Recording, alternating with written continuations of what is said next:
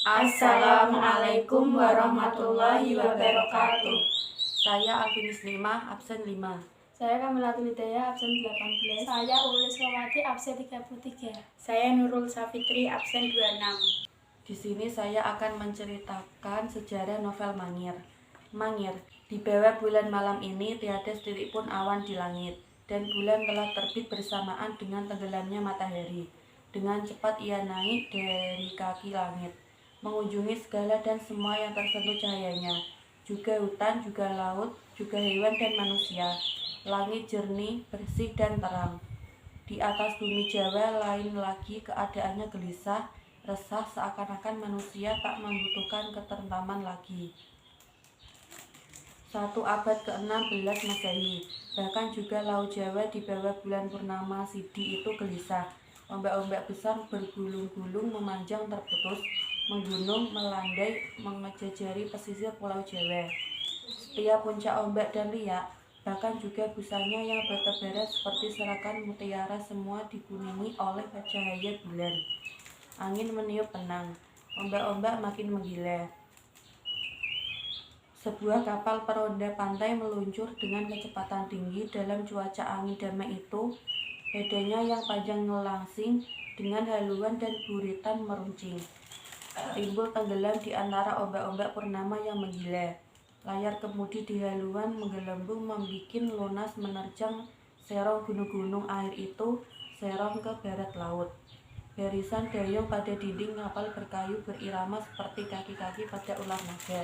Layarnya yang terbuat dari pilinan kapas dan benang sutra mengkilat seperti emas, kuning dan menyilaukan. Sang Pati berhenti di tengah-tengah pendopo, dekat pada Damar Sewu, menegur, "Dingin-dingin begini Anakanda datang.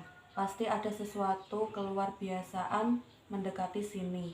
Anakanda dan Patra Gading berjalan mendekat banget, lututnya sambil mengangkat sembah. Merebahnya daripada kaki sang Pati, "Ampuni Pati, membangunkan Paduka pada malam buta begini kabar duka. Paduka Balantera Demak di bawah Adipati Kudus memasuki Jepara tanpa diduga-duga menyalahi aturan perang." "Allah Dewa Batara," sahut sang Pati, "itu bukan aturan raja-raja, itu aturan berandal. Bala tentara Tuban tak sempat dikerahkan Paduka." "Bagaimana Bupati Jepara?" "Tewas enggan menyerah Paduka." Patra Gading mengangkat sembah. "Sisa balan tentara Tuban mundur ke timur kota. Jepara penuh dengan balan tentara Demak, lebih dari 3.000 orang." Begitulah kata Warta. Pada meneruskan dengan hati-hati, matanya tertuju pada Boris. Semua bangunan batu di atas wilayah kota, gapura, arca, pagoda, kuil, candi akan dibongkar. Setiap batu berukir telah dijatuhi hukum buang ke laut. Tinggal hanya pengumumannya. "Disambar petirlah dia." Boris meraung, seakan batu-batu itu bagian dari dirinya sendiri. Dia hendak cekik semua pernahat dan semua dewa di kahyangan. Dikutuk dia oleh Batara kalah. Tiba-tiba suaranya turun menghibah-hibah. "Apalagi artinya pengabdian? Aku pergi, jangan dicari." "Tak perlu dicari," meraung. Ia lari keluar ruangan, langsung menuju ke palateran depan.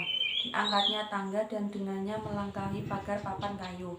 Dari balik pagar orang berseru-seru, "Lari dari asrama, lari!" Mula-mula pertikaian berkisar pada kelakuan Trenggono, yaitu begitu sampai hati membunuh abangnya sendiri. Kemudian diperkuat oleh sikapnya yang polos terhadap peristiwa Pakuan. Mengapa Sultan tak juga menyatakan sikap menentang usaha Portugis yang sudah mulai melakukan perdagangan ke Jawa? Sikap itu semakin ditunggu semakin tak datang. Para musafir yang sudah tak dapat menahan hati lagi telah bermusyawarah dan membentuk utusan untuk menghadap Sultan.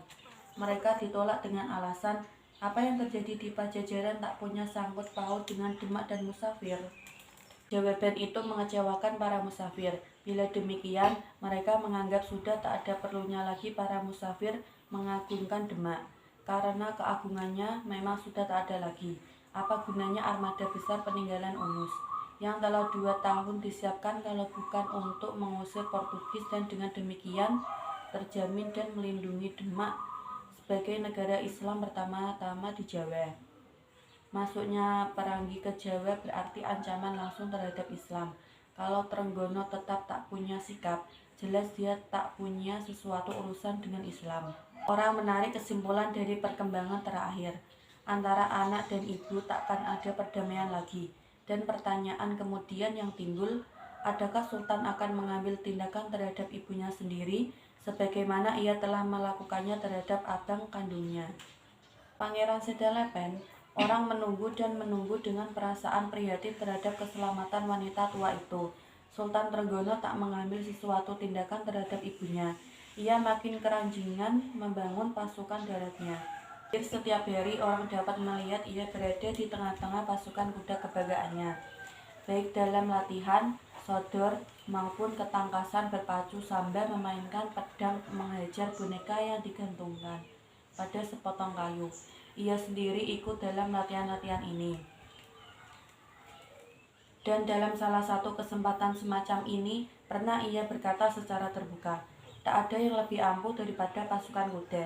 Lihat, kaulah kami semua." Dan para perwira pasukan kuda pada